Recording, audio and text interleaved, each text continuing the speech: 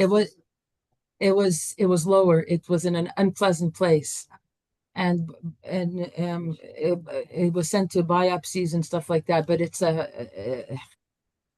Hashem Yishmor v'Hashem Shomer, because her spirit is unbelievable.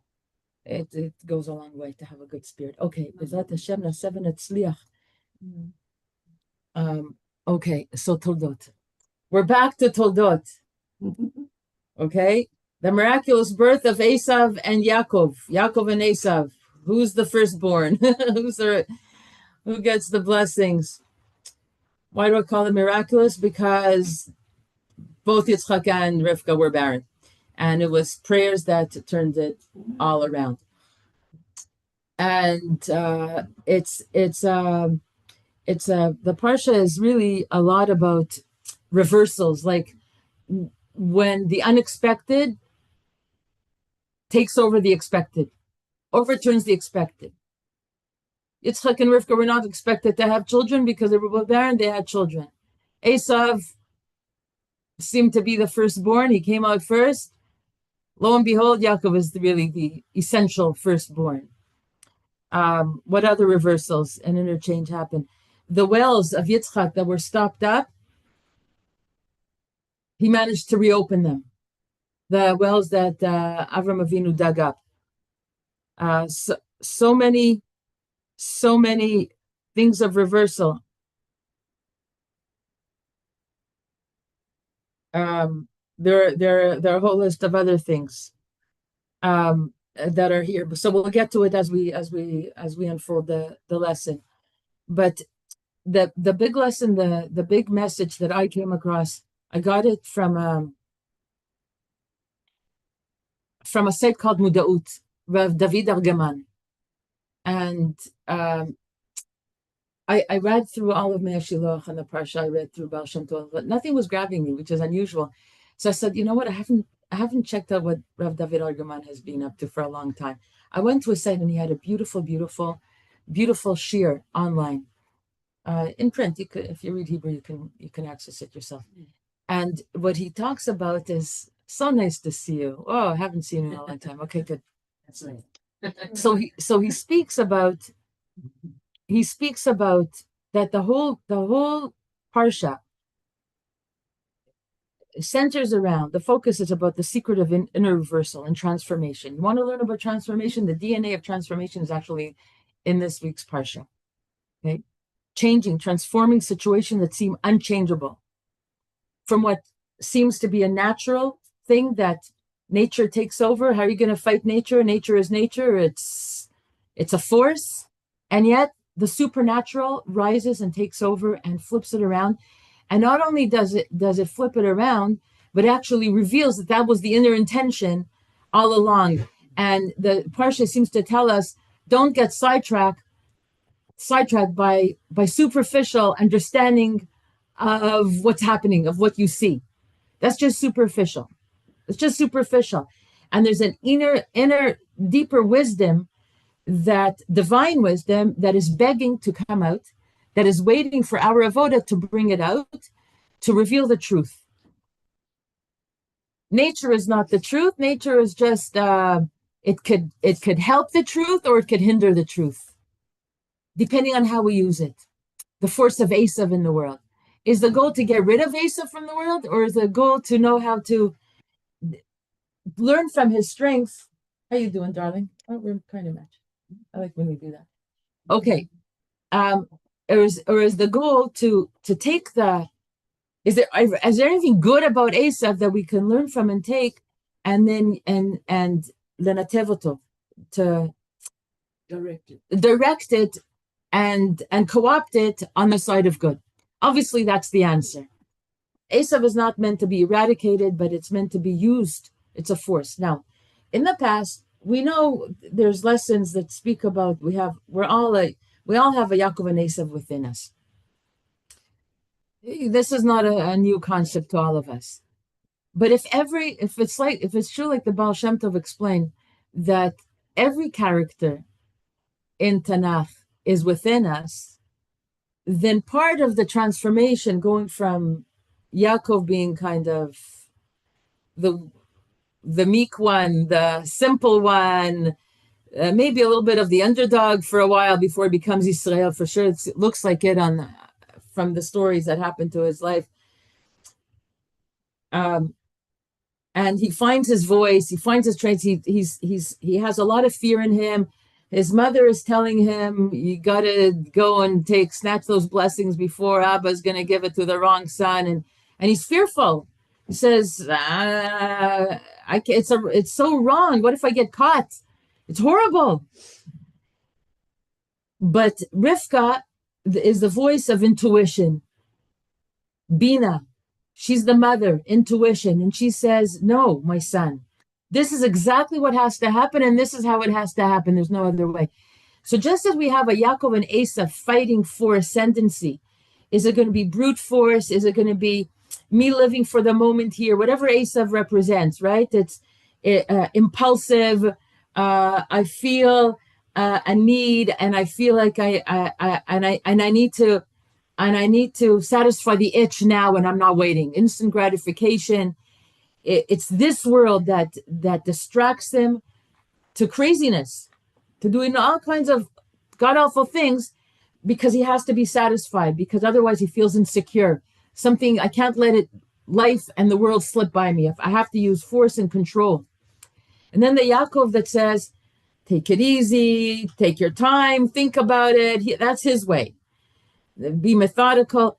So if Yaakov and Esav are those two voices within us, the soul and the body, and the conflict that sometimes arises within them, Rivka and Yitzchak are also part of the story. They're also part of us, because Yaakov didn't get to where he got to, receiving the blessings and flipping the whole story around, if he didn't have Yitzchak and Rivka parenting him and being part of the story.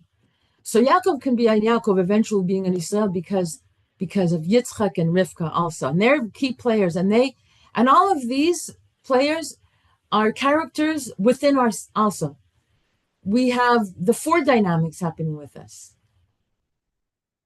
Because Yaakov needed the coaxing, the cajoling, the convincing, the intuition, and the backing of Rivka. What would you like?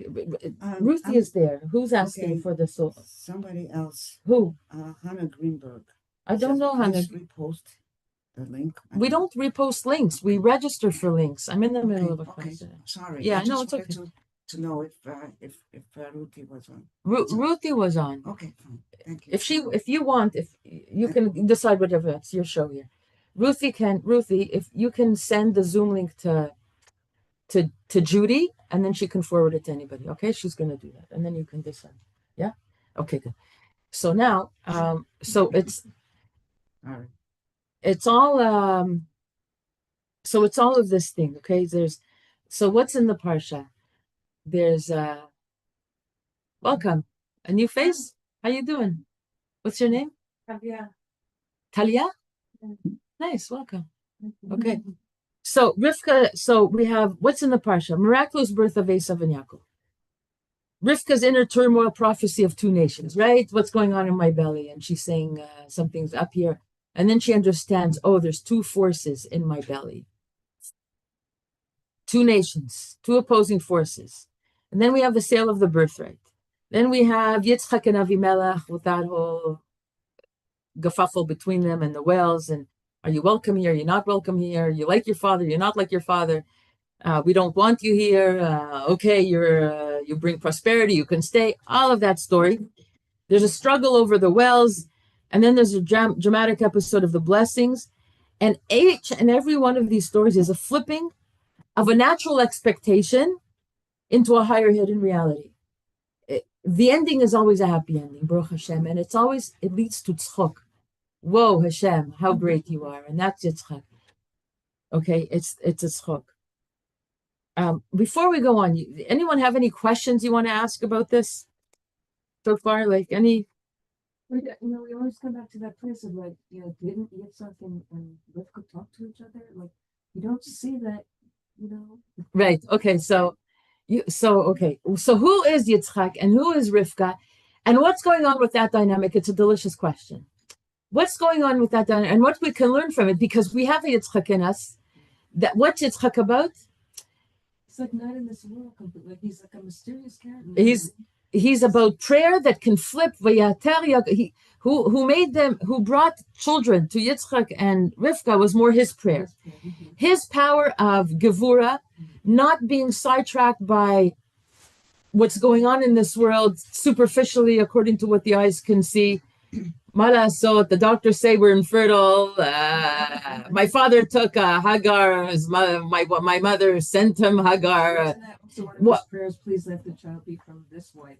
Yeah, so he was able to. He said, "No, this is not going to be my story. I'm doing this with this woman, and it's going to and he forced heaven's hand through prayer. So he's a force of gvura, of keeping himself together, and mustering up all his gevura strength, and pouring it in the tefillah. And what that does is flip reality. Nature is nothing. Don't talk to me about nature." He's like the blind beggar of the 7 beggars of Rabbi Nachman's story. He's not blind. He sees the truth. What nature? Nature is something that holds you back. We're the Jewish people. You pray and then you flip things on its head.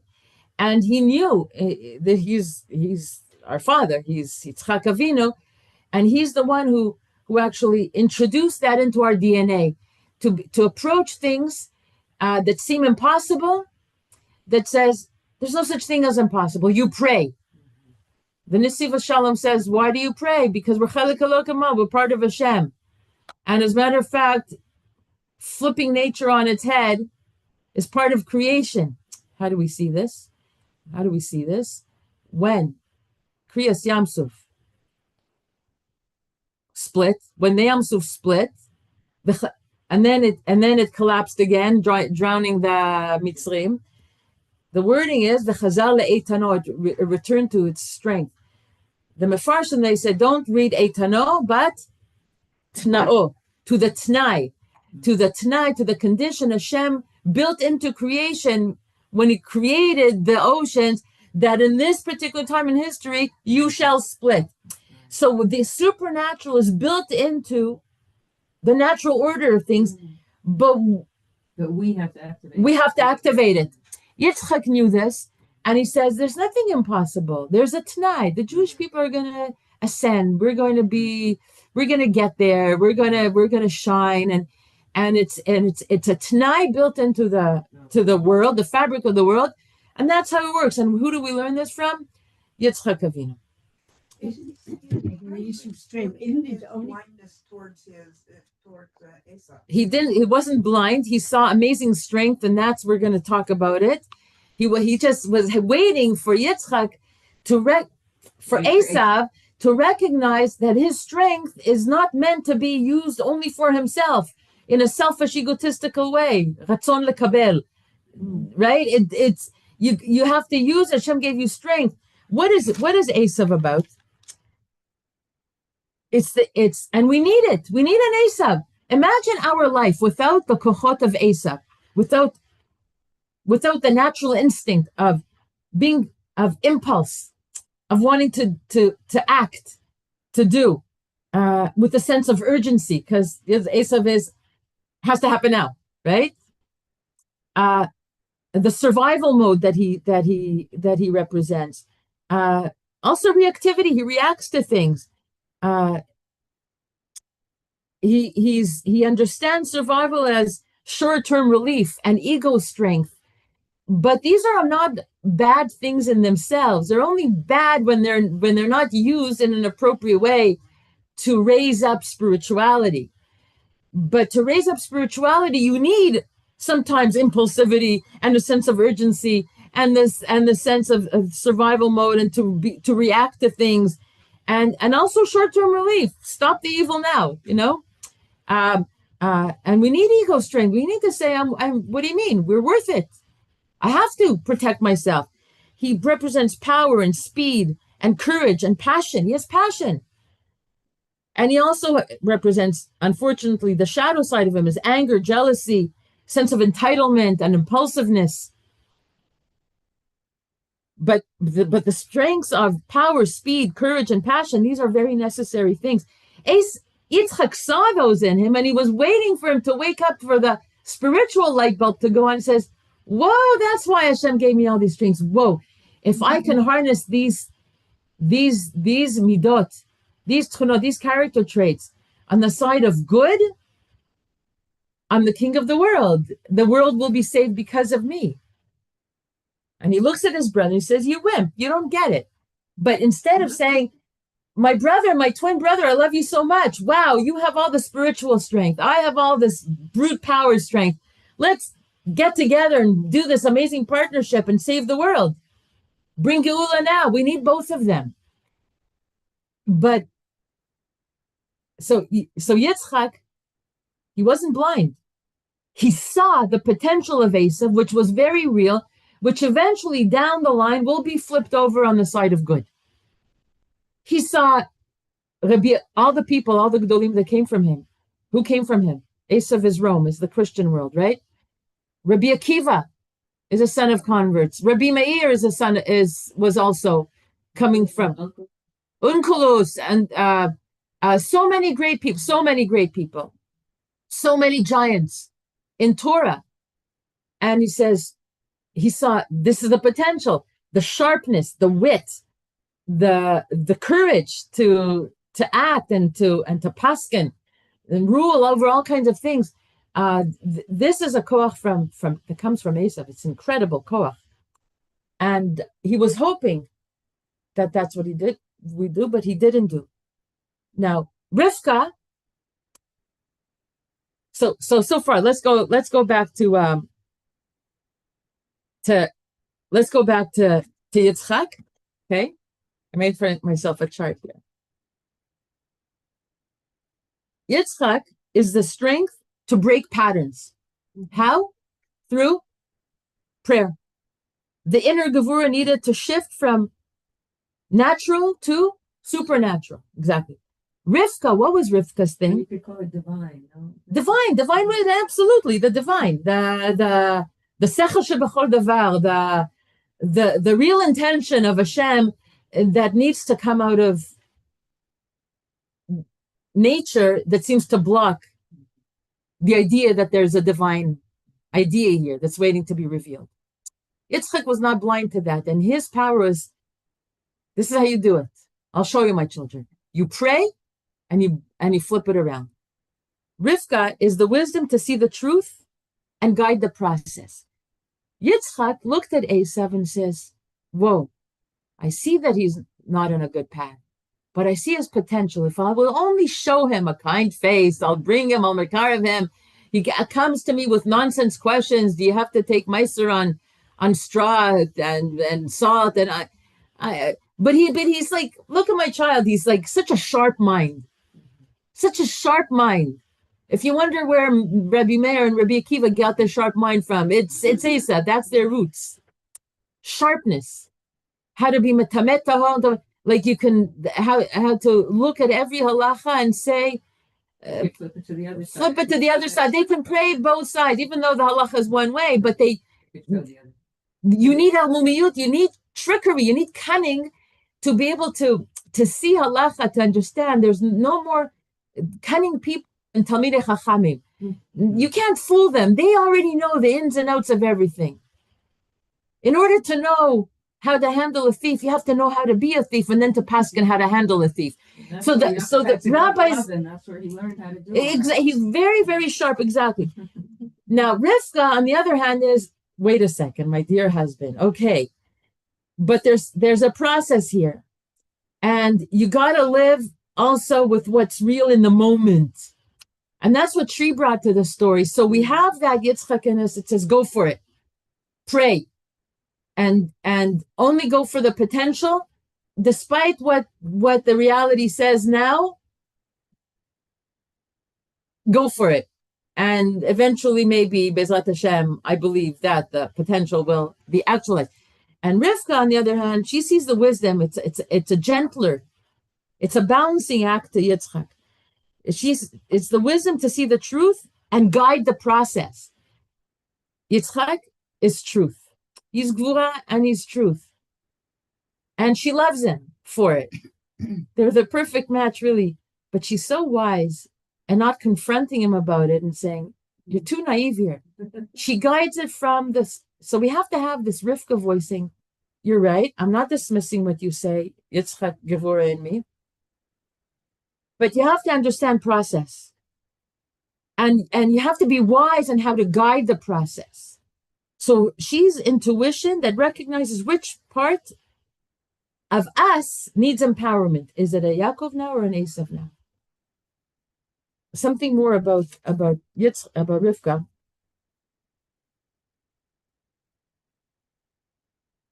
Rivka is an intuitive voice, and this is we have in us. We have to cultivate the Rivka in us, the intuitive voice, the deep feminine intelligence inside of us, the Ima Bina.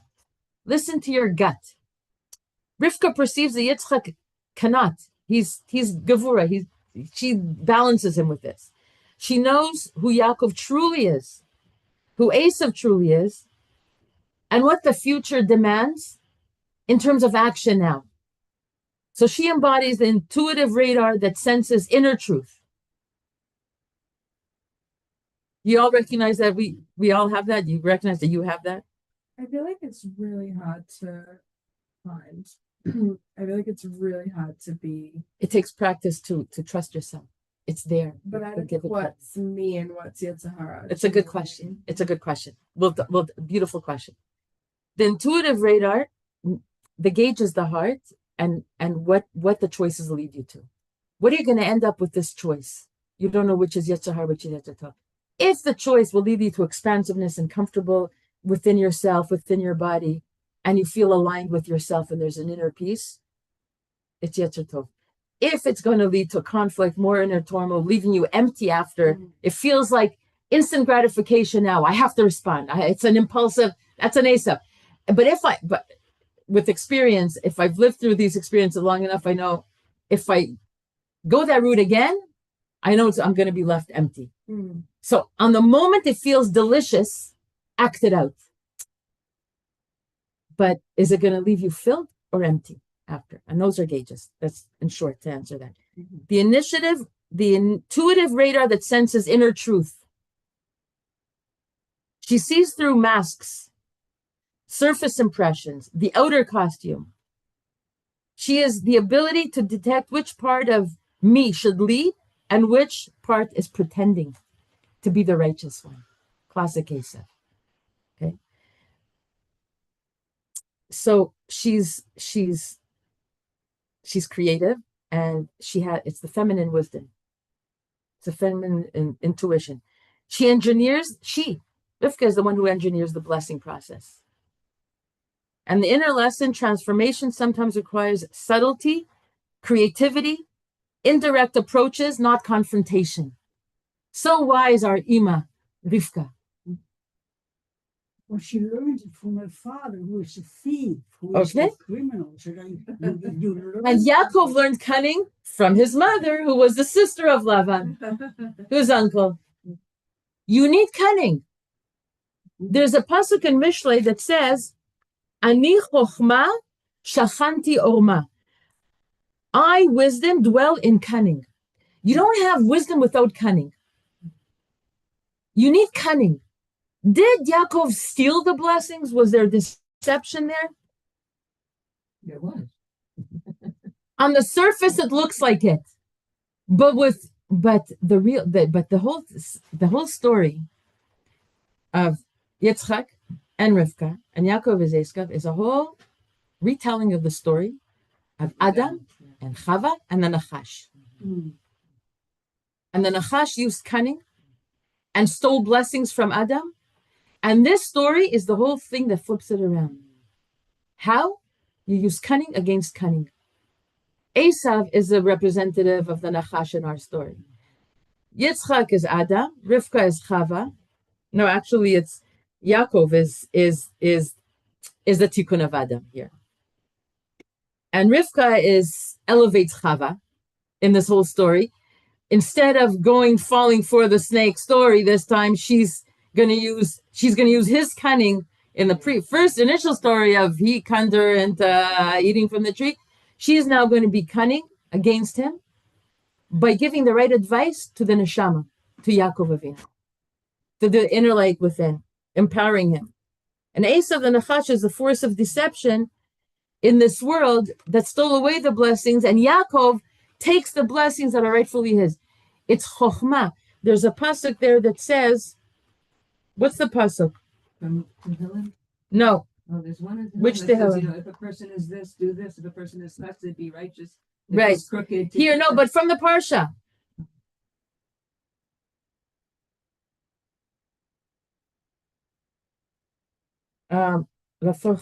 Where's the Achicha ba elai b'mirma. Your brother Yitzchak tells Esav when Esav finally comes in for his blessing, your brother came with mirma, with deception, mirma. But look at the Rashi there, says it's not mirma, it's chokhmah. That's the real intention, because in this world you have to have ramaut, you have to have holy mirma, holy cunning. That's so tricky. To be a chacham. It's not to be naive. To be a chacham, you have to. It's not always a dirty word. And as Mishlei says, "Ani chuchma shachanti oma." To be wise, you have to have cunning. You have to know how to speak, who to speak. Even if you're like, you have to know who you're dealing with. Understand your enemy, and in that context, it's not a lie. When Yitzchak asks Yaakov, disguised as Esav, who are you? He says, Ani, Esav bincha. I am Yaakov, your son, Esav. It's like he's in a cunning way. In his mind, he's not totally lying. On the surface, it is. But in the deeper truth of it, I'm revealing the truth. I am the firstborn.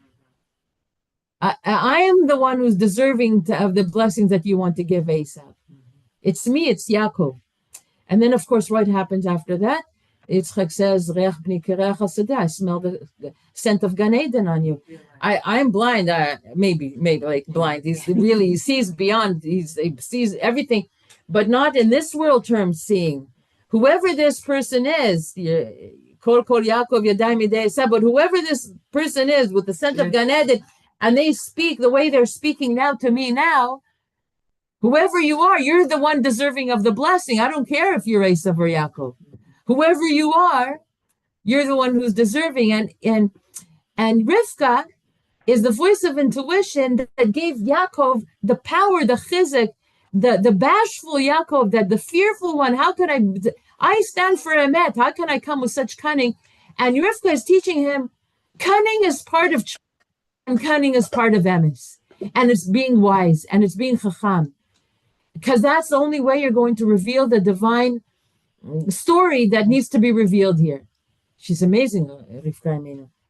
So the mother force she's the mother force in us that gives us the strength to empower the Yaakov within us, the neshama within us, the one that wants the truth, the one whose inner voice, who's always searching, what's my true inner voice, what's truth, what's meaningful here, what's true alignment, what will reflect godliness here, what's the long-term vision, where's the humility. This is all Yaakov Avinu, that whose strength is clarity, depth, conscious stability.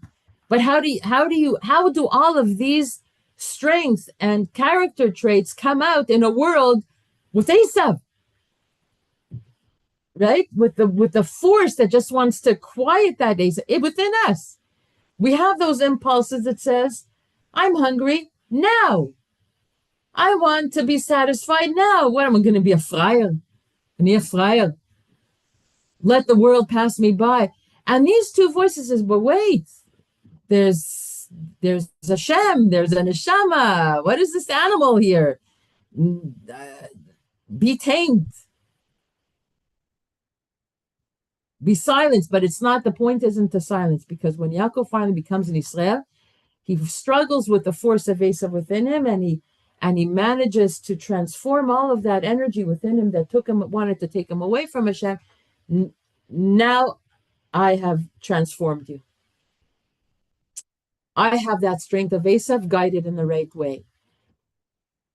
So in the weak side of Yaakov, if he doesn't have the strength of Yitzchak, of the power of prayer to believe in the changing of nature, and if he doesn't have the Rivka to support him with her tremendous intuition and giving him strength and saying, learn some cunning, my son. It's not untruthful. In this place, it's the only way to act truthfully. And she's giving him strength to deal with his shadow sides, with Yaakov's shadow. What are the shadows of Yaakov? He wants to avoid conflict. He's afraid of this whole interaction. He wants to sit. Well, yeah, he's leave me with. It's like more of a passive way as opposed to the aggression of Esav. It's like I'm passive. I want to avoid things. I fear of conflict to the point of self-erasure. Who knows about those things? Okay, like we want to be so good that we erase ourselves for the sake of the shalom of the bayit. But that doesn't build the home. Yeah, we have to know how to kind of, bring the two together. Yaakov and Esav form the whole self. Hakol kol Yaakov with the Yadayim Yedei Esav. It's not one or the other. When he's disguised as Esav, it's a levush. It's not a disguise of deception. It's like me, my inner essence of Kol Yaakov, everything I stand for, in this world, I have to have a levush of Esav. And it's through the levush of Esav that my voice has to come out. I have to be within nature to bring out the supernatural. I can't deny it. So the goal isn't to silence Esav, but to channel his energy through Yaakov's truth. Okay? So she brings Yaakov into his rightful place. So inside of us, Rivka is the part that pushes our true self to step forward even when we resist because it's lo na'im, it doesn't feel natural to me. Sometimes we have to step up and then there's that small voice that says, do it. It's okay. You have a right to do it. It's your birthright to behave like this. Don't hide in the shadows. And we have to listen to that Rivka in us to get the courage to step up. Rivka is the inner intuition and strategic wisdom that guides transformation. I'm going to repeat that. Rivka is the inner intuition and strategic wisdom that guides the transformation that we need to show up in nature in the supernatural way that we need to, with the divine guiding things. Now, Yitzchak, on the other hand, he's the attribute of Gvura. He's physically blind, but spiritually sees deeper than anyone. So he went beyond the Esav of who stood before him to the Rabbi Akivas that were going to come out of him. And he says, that's his true essence. Think of Yitzchak lying on the altar and his father is with a knife. Yeah. It's like, it must be forever. Forever. It's like like something, I don't know. It's sort of I feel sort of this is the repetition of what's happening now. What do you mean? I don't know. I don't know. We're talking now, like talking about the war now. We're talking about in our generation now, or in our Parsha. In the Parsha, yeah. No, he's beyond. He's Yitzchak because of the Akedah. He went fully. It wasn't any sayon for him. He's all about Gevurah. He understood the inner message of it. He got his strength. He understood. He brought tzchok to the world. You know what? His name is Yitzchak because he laughs at everything. You think this world? Think of him that way. He laughs. Dean is like all this judgment and decrees, and what are you afraid of? It's a joke. Don't you realize it's all a joke? It's all Hashem just waiting to playing peekaboo with us all the time. he's so beyond this world that is in this world, but beyond this world. Because he can laugh at it, because he doesn't he's not blocked by things that block us. Oi, what's going to happen? He said, she said, my bank account, my this thing, that thing. It's like, circumstantial. We always associate him with Gevurah. It's hard to think of him as laughing. It's the person who has Gevurah. He can, what's the Gevurah? This is what he was hoping for Esav. Channel your strength. Hakoveshet Yitzro. Don't run wild with the impulses. Control. Esav is also Gevurah, but it's uncontrolled Gevurah. Yitzchak is Gevurah, but it's controlled Gevurah, and so it's on the side of Kedusha. Esav is Gevurah, but on the side of Tuvah, because he let it just go wild, running crazy. So sometimes you can transform precisely because you don't see the obstacles. He doesn't see the obstacles. It's mabaya. Obstacle, what? You're barren? I'll pray for you and you won't be barren anymore. Mabaya. The attribute of Gvura, strength, boundaries, discipline, focus, transformation requires the power to hold steady when everything pushes you off the center. So we have a koach within us to stay steady in situations that want to throw us off our center. What happens when we're thrown off our center? We start crying and we start feeling fearful and we become anxious and we become biting our nails and eating too many schnitzels and I don't know what. We go into patterns of behavior that are sabotaging us and not helping us. But who's telling us to do that? Go for the schnitzel, go for the tub of ice, go for the Netflix, go for the confrontation, go for the punch of your face with the guy in your face because he insulted you. Go. That's Esav. Those are patterns that we need to look close at. Is this the right reaction? And in the moment, we're convinced that that's the only way to act. This is the only thing that gives us comfort. I want to tell you a situation that I went through yesterday. I'm going through situations now in my mother, my daughter, my son, my personal things, all kinds of things. I came home from Bnei Brak yesterday. My brother's with her now, but she's doing Baruch Hashem very well. She's home now. And so I was able to come and I have a few challenges. And I say, I felt the pressure building up. I felt myself shaky. I felt very uncomfortable. And right away, I was like, I need relief. I need something to relax me. But right away, what did my mind provide me with? Do that thing that will give me comfort that I know at the end will leave me empty. But it felt so delicious. Just go for it, Yael. Just go for it. Do it. And I'm saying, and I felt like, no, it's okay, Yael, give it to yourself. You can handle it. But I know I've been there, done that already. I don't want to shift the energy, to shift that voice of Esav saying, just go for it now. Beautiful.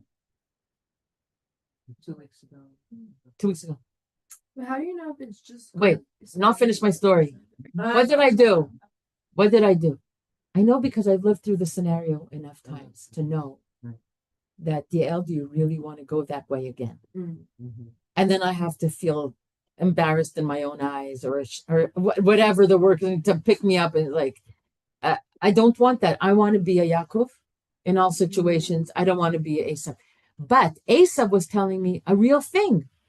You need to take care of yourself now. Yeah. And I'm giving you the answer how to take care. Do that thing that you've done 100 times before, and I don't want to do that again. I've listened to you too many times, my little Esav. But how do you know it's not the cunning? Wait. So Esav is telling me, Get the relief now. get the relief now. And I'm telling him, Esav, you're onto something real, like you're identifying a real need of me. Thank you, Esav, for pointing out that I need TLC now. Then I need to self-care. I need to relax. I need to take care of myself. I need to remove myself from the situation that's giving me under pressure, but not in the way you're suggesting to me. So what did I do? Thank God. I got on a train I didn't know where I was going to go. I thought maybe to a hotel lobby to work on my shiurim. Meanwhile, until I get there, I'll relax a little bit. I'll be able to get my mochin back. I'll have a drink somewhere. I don't know what. I ended up going to Ben Gurion Airport. I took a train to Ben Gurion Airport because I needed a change. I don't want to meet anybody I know. I just want to be chill myself, walk around, distract, right? To get my mind off things. And I found the table that I can sit with my laptop. But before that, before I was ready to, I says, okay, I bought myself a yogurt and some crispy things to munch on. And I'm like, I just took myself on an outing. I took myself on an outing. I did an eith thing, but in a good way. But not. I co-opted. Eith was telling me something true, but I didn't like the eitzas Esav was giving me, and I said, "Okay, Yaakov, take that what the message that Esav is giving you, and what are you going to do with it? The first thing is get yourself out of the apartment, walk around, relieve yourself." Eventually, I sat down. I have 2 shiur. I'm teaching another shiur somewhere else tonight. And I was able to do it. And it's only after, on my way home, back from the airport, I'm realizing, you know what I just did? I just lived through the lesson I have to give today. The lesson that I prepared for you. About Yitzchak and Yaakov. And what are the voices? And what's the intuition telling me? And where's the Rivka? And where's prayer here? And where's guided intuition? And what's the Yaakov in me that wants to be expressed and actualized and manifest? And what's the Esav doing in me? And I managed, and I gave myself such a yashar koach. I says, wow, I actually did what I didn't realize that I was doing. It's only after I did it that I realized in this context. I did exactly the lesson. It's incredible. And I invite you to see, to hear your voices, not to completely shut up the voice of Esav in you, because he's very in touch with the body. He's brute force. He's body, and the body holds tension, and the body wants to scream, and the body wants to cry, and the body wants to lash out and rip things apart, and it wants to be the predator and all kinds of things that Esav is. And you're saying, you're right, my body is screaming all of that. But is that really how I want to express it? What is the underlying voice under that? What's the tension be underneath it all? Ripping the person's face off, is that going to help me? Or is my body telling me something else? Esav is bringing me my attention to the body. And then Yaakov has to reveal, and Rivka, what's really going on? Yes, you're feeling pressure. Yes, you're feeling shaken. Yes, you're feeling overloaded and flooded in all kinds of ways. So what is it you really want? To do what Esav's giving you the eitzah to do now? Or say thank you to Esav for bringing the attention to my body and saying, how am I going to handle this in a Yaakov way? You see? It's incredible. Such insight in our Torah. Incredible. So Yaakov is the voice of truth trying to rise up. The body is telling you something, but what's the truth? You're overloaded. You're under a lot of pressure. You need relief. It's okay. There's no shame in it. It's okay to give yourself that time, that care time, even that flake out time with yourself. Just shut your mind. I'm not a mother now. I'm not a daughter now. I'm not a teacher now. I'm not anything now. I'm just me. Blanking out and giving myself a break.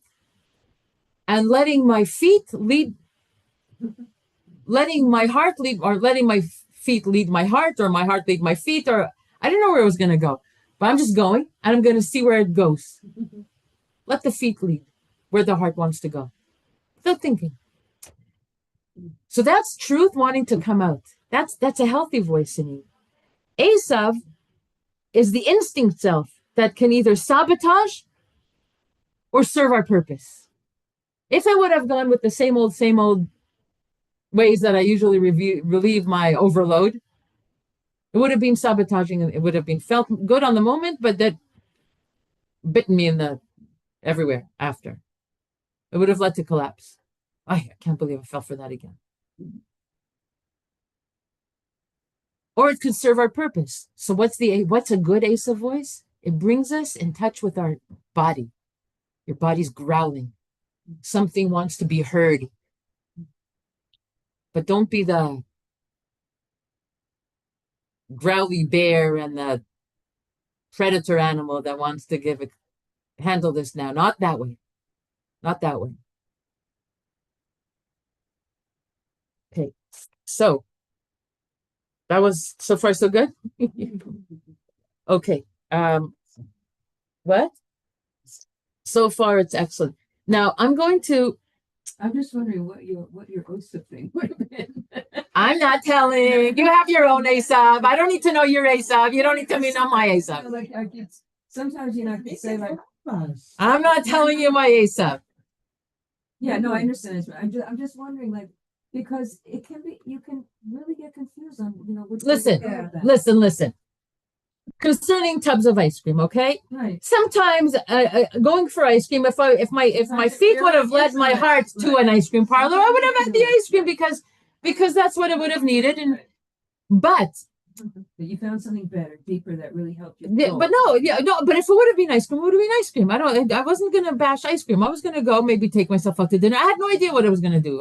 Originally I thought I was gonna go to this very fancy hotel and sit myself there with my laptop. I don't know. And then whatever I would be hungry for, I would eat. That's not the thing. Sometimes you need to give yourself. You can't deny yourself all the time. Can't deny yourself all the chocolate. You have to feed a little bit. It's neurologically we need it. Physiologically we need it. It's not about denying, but it's a matter of dosages, percentages. Am I out of control here, or is it? Am I eating just to fill up an emptiness, right, or is it to just give a little boost that is very correct for me to have and handle and receive? Like, you have to know yourself. How much is the Esav in me beyond good taste? It right? And that we have to learn ourselves. Everybody, we all have to learn ourselves. Okay, I just want to say that yes, you can deny yourself chocolate, because the nice thing what happens after months or years, you don't have the urge anymore for it. And that's but if it's going to lead you to atzabim, to be etzbani, to be nervous, to yell at people, have the chocolate and stop yelling at your kids. For heaven's sake, you have to know. You have to know yourself, what your measure is, what you're allowed, how much is in good taste. If you trial and error often enough, you lived with yourself long enough, you have enough of a personal history with yourself to know, at this point, I should know that at this point, I have to say stop. Or at this point, no, this is exactly what I need right now, and it's okay. And I'm checking in with myself. This is from the Yaakov in me, and not the Esav in me. So you have to learn discernment. You have to learn discernment. Okay. So self-regulation, absolutely. Okay, now I can go either way, like in a few ways. No. We don't want to be ascetics. Now, I can give you a guidance. But we don't want to. I can give you a meditation to meet up with your Esav, inner Esav and inner Yaakov. I can make a guided meditation, or we can just do it like reflection questions and roundtable discussions, or just, what do you want? I like the meditation. Raise your hands for meditation. Raise your hands for reflection questions. They went out. Okay. Ruthie, which did you choose? Meditation be good. In other words, What? yeah, they're both Meditation's good. Either I'm happy with either. But it's 11:30. Shevach is coming today. yes. good. Okay, we have to do something. Okay, I'm gonna give you a meditation. I see. We have like 25 minutes, so it's okay. Okay, meditation, and then reflection questions to take home with you based on What time do this will finish? It's usually 5 to 12. 5 to 12. I mean, today it's going to be 5 to 12 because we're It is building. going to Well, you want the meditation, so you'll leave after the meditation. Okay, good. Find a comfortable. Okay, fine. Sit comfort yourself. You see. Close your eyes. Let your body settle. Let your breath soften. Wherever you see tension in the body, scan yourself from top to bottom. Breathe into it. Relax. Feet on the floor. Hands are somewhere comfortable. Relax the tension around your eyes, your jaw. Let's breathe in. Breathe slowly. Inhale slowly. Deep breaths. Exhale gently, slowly. Do that 3 times.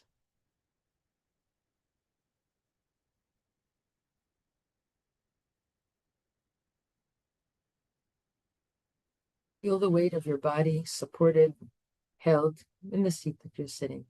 Feel the warmth and presence of the room around you. Now, imagine yourself walking along a quiet path. The air is cool. You hear the soft crunch of the earth under your feet. As you walk, you come to a small clearing. 2 figures are waiting for you there. They are twins, not identical, but connected. 2 forces inside you. The first steps forward. He is strong, or let's make it, she is strong, fiery, full of energy, alert to the world.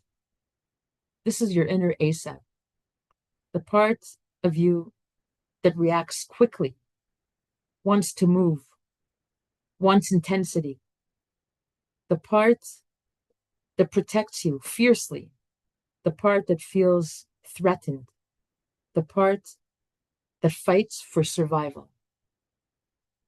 Look at her. Notice her posture, her expression, her energy. How does she stand? What does she want you to know? Gently ask her, what are you afraid of? What do you believe you must protect? Listen. No judgment. Just receive. Now, the second figure steps. Oh, maybe I'll let you. You want to stay a while with your Asaph a while? What are you afraid of? Do you believe you must protect? Listening. No judgment, just receiving.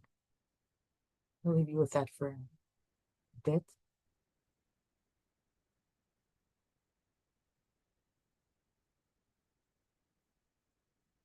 Now the second figure steps forward. Her presence is gentle, steady, thoughtful, like still water beneath everything. This is your inner Yaakov, the part of you that longs for truth, that seeks meaning, that seeks the long-term horizon, that sees the long-term horizon, that wants alignment with soul. Look at her. Notice its calm, her clarity, her quiet courage. Gently ask her, what truth do you want me to remember? Where are you trying to guide me to? Receive her message. What truth do you want me to remember? Where are you trying to guide me?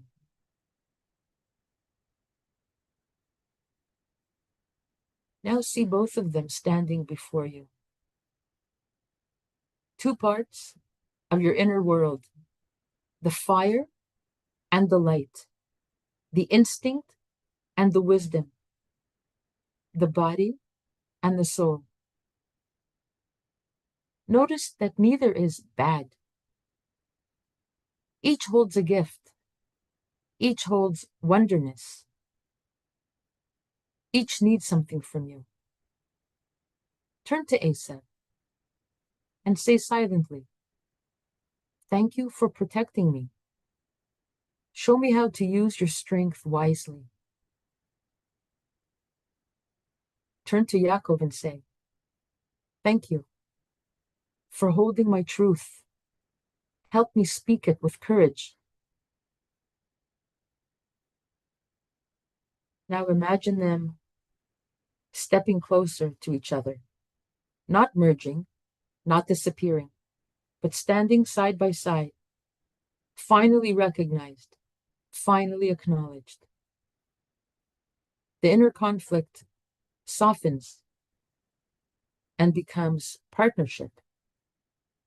Feel this balance inside your chest, the quiet voice of clarity and the strong hands of action, working as one.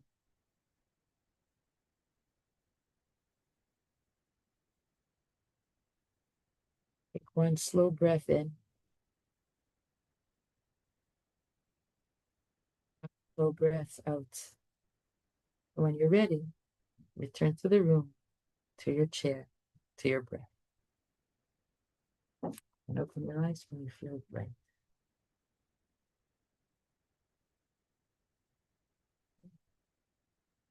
Baruch Hashem. So, sharing time. If you want to unmute, and were you able to see? Yeah. The Esav, the Yaakov. You heard them, the message that they wanted to tell you? Like my Esav yesterday told me, look at your body, it's so tense. You need to take care of yourself.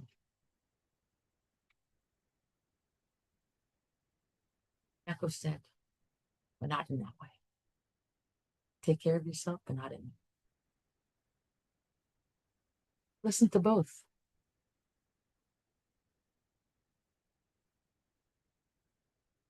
Okay. Anyone wants to share? Well, Remind me your name, Elise? No, Leah. I got the lamed there somewhere. Yeah. Leah. Wait, okay.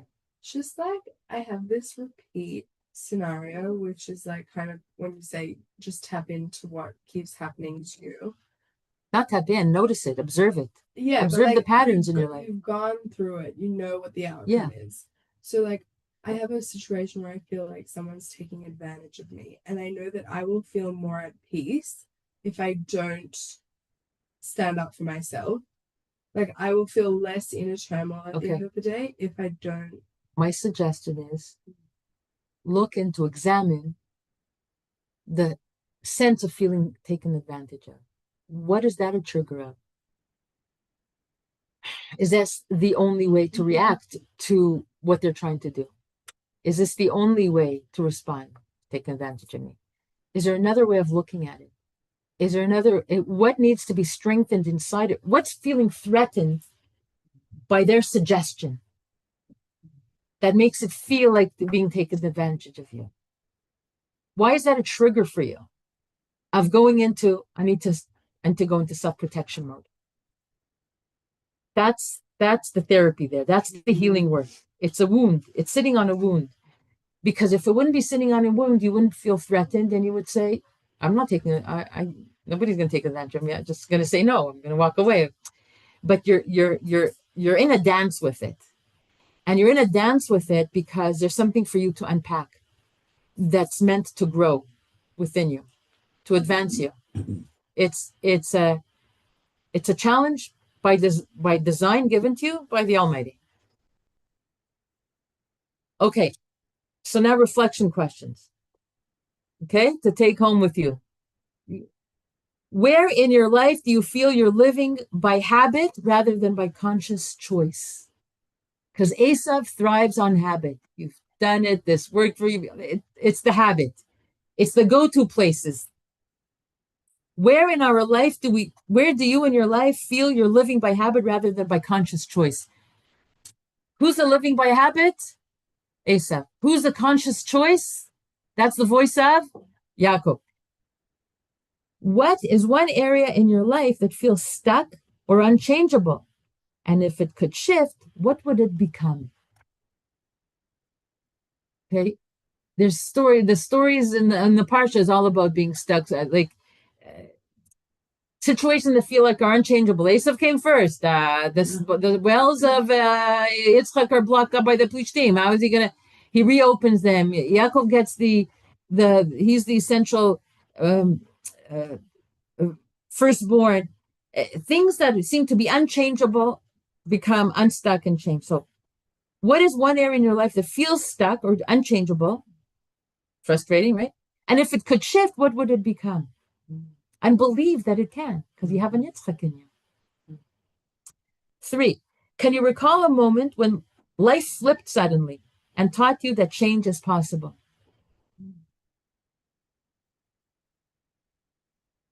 I'm so grateful for my experience yesterday. I feel like I deserve an ice cream after that. Right.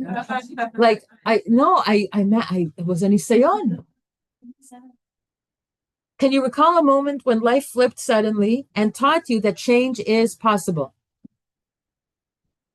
Okay, it was good to see you again. I'm probably not going to be here when you come back. Okay. So good to see you. You too. So now you're here. Yeah. Where do you live? Pavia. Amazing, amazing. So, okay, where inside? And then twice back to the door. Thank you for coming. Okay, Dina, take care.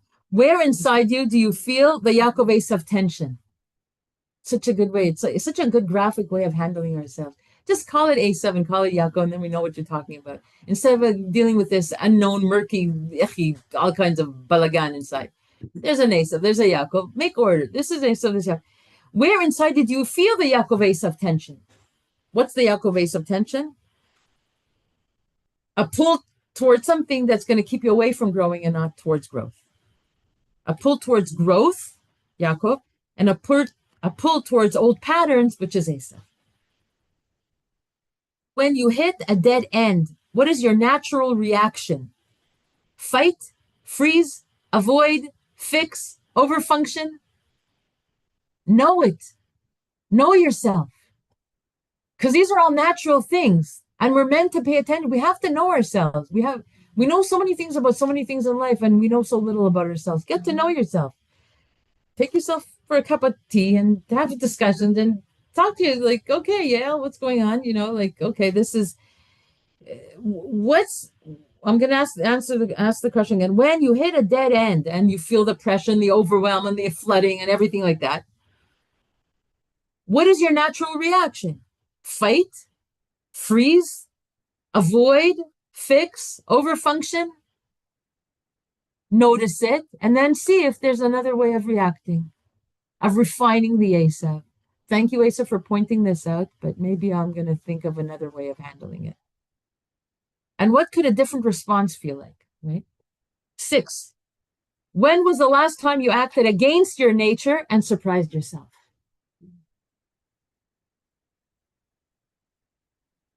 First, you have to know what your nature is. That felt like you were going against the nature and saying, this time I'm not doing that. Could be,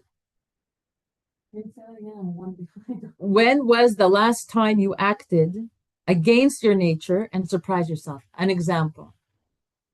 Someone messages you and you respond. Usually it's like you're gonna send a response right away on the WhatsApp or whatever it is.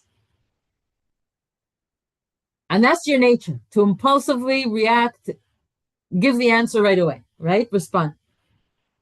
But this time, you said, no, I'm not going to respond. It triggered, like it rose something, a clever response came to you, a correct response in your head, you think it was a correct one, but this time you held back.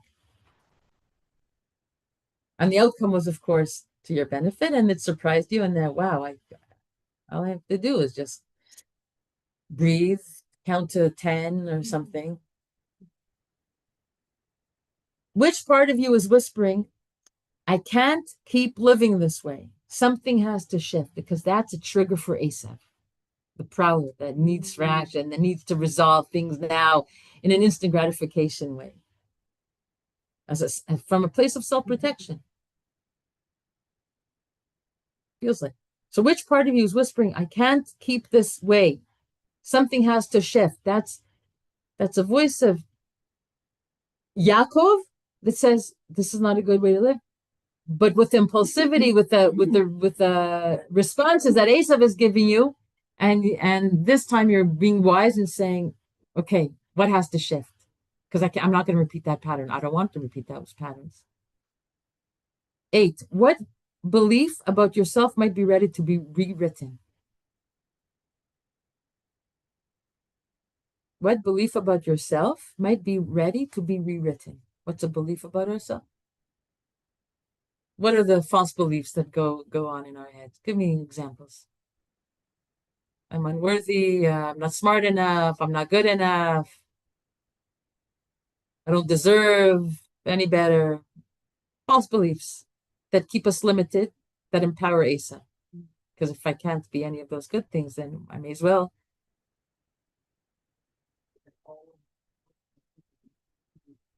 Okay. Okay.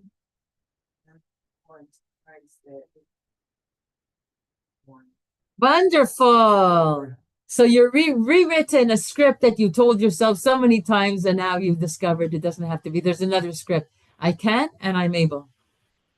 Beautiful. Where in your life do you need holy cunning, not force, to transform a situation? Not by having that blunt conversation or avoiding or whatever. Where in your life do you need holy cunning? Be wise, be a little bit cunning. Don't say all the truth.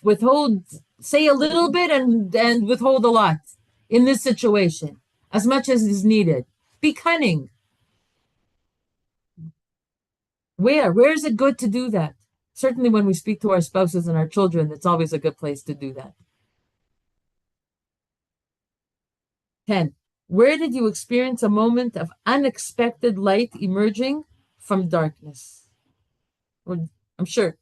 Have you experienced a moment of unexpected light emerging from darkness? And by the way, this will be my closing thought, that Toldot is always opening Kislev. It's always opening Kislev. It's always in Kislev.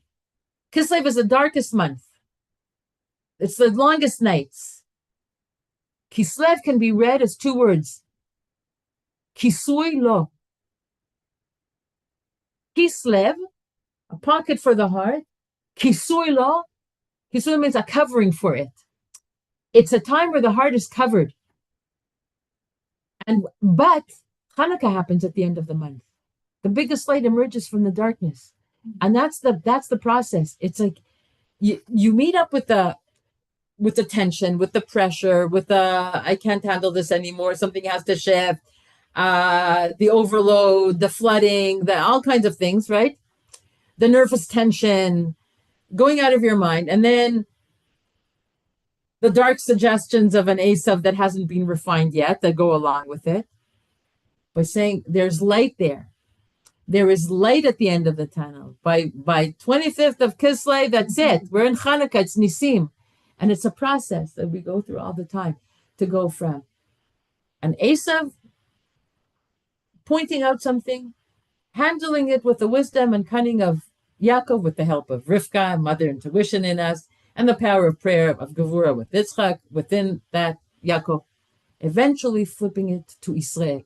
Eventually, and when you do that, when you successfully get through this, by the end of the month, Yaakov becomes Israel. Somewhere in the middle of Kislev. And then we're ready for Hanukkah miracles. Bezrat Hashem, Yiratzon, it should be so. Yaakov's and the Esavs. Yeah. Okay. Thank you so much. Good luck with the rest of your adventures for today. Okay. Go to. Thank you.